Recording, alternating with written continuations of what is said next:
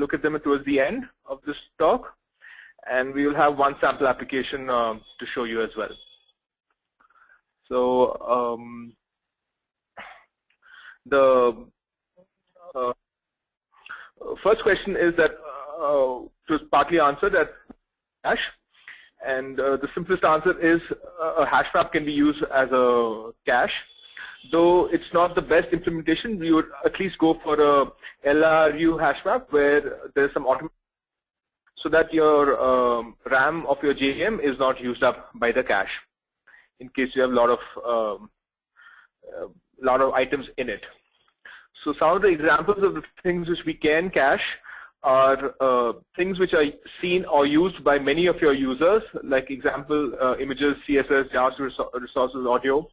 And then applications you have calculated values, like earlier I was working on a 3DS project where we used HSM to encrypt data.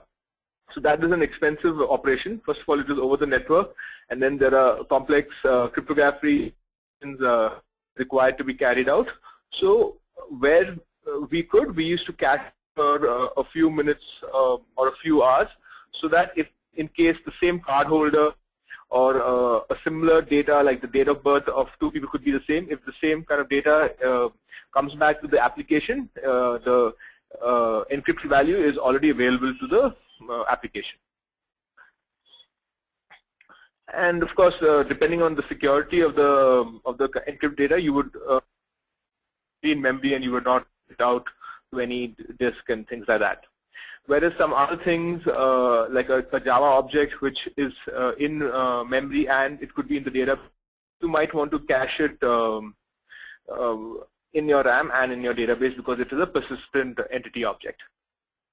So the basic guidelines are that anything that takes time to create or is used by many people are good things to cache for us. Okay. So there are many cache implementations. One of the first ones which I used was called Whirly Cache, which is this simple Java code which you can drop into any application. And it's one of the things which is now replaced by the LRU cache in the Java. But it was one of the earlier ones. It was made, I think, about 10, 11 years back. And Whirly Cache has an XML API-based configuration where you can how big the cache should be, how often the tuning thread. A tuning thread in a cache is runs every minute or every 2-3 minutes and cleans up the cache, which means that if you have said that an object should only live in the cache for 10 minutes, or if your size of the total cache should be so many MB, then it will try to clean itself up. Though the MB is not exact, it's followed to some extent. Then we've all probably come across caches or use them indirectly. For example, the Apache web server, which was still recently one of the most used web servers, has a mod cache so that images and CSS will not be from the disk every time. Instead, it's kept in memory back. And one of the negative sides of this from a dev or from a deployment team's point of view is that you need to be able to tell the cache that, hey, this item is now stale because there's a new item and you. So there are different functions in caches to do that, or the simplest way is to restart the cache itself, or the application which has a cache like the Apache web server, so that it gets reset.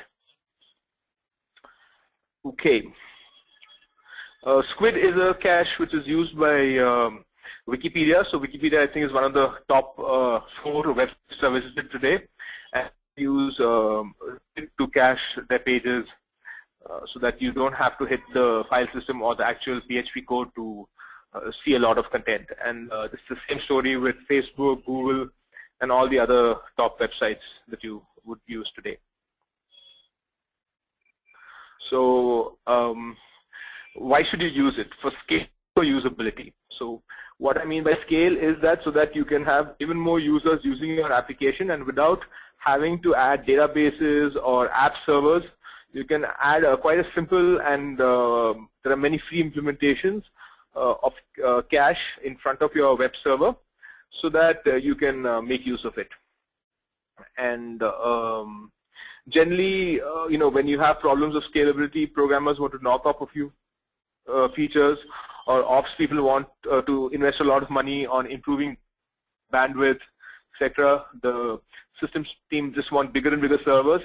But with a lot of these, the simple and only practical solution in the long run is to cache. And like I said, that all the big websites use it, and that's enough that it's a working concept which is being adopted by medium and large enterprises. And the second point was on usability. So for usability, even if you have a small little website which is just used by your intranet or your family even, the usability of your website will greatly be enhanced if you use caches, because instead of the same thing, instead of like an image being loaded and then sent off, it is sent from the RAM of the website.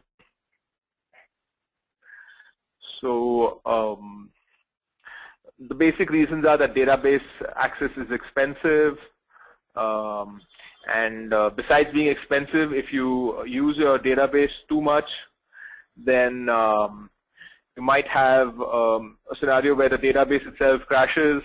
So things like page counter and things like that, you might see that, oh, it's just like one piece of data which is being read, that how many times your particular blog entry or etc. has been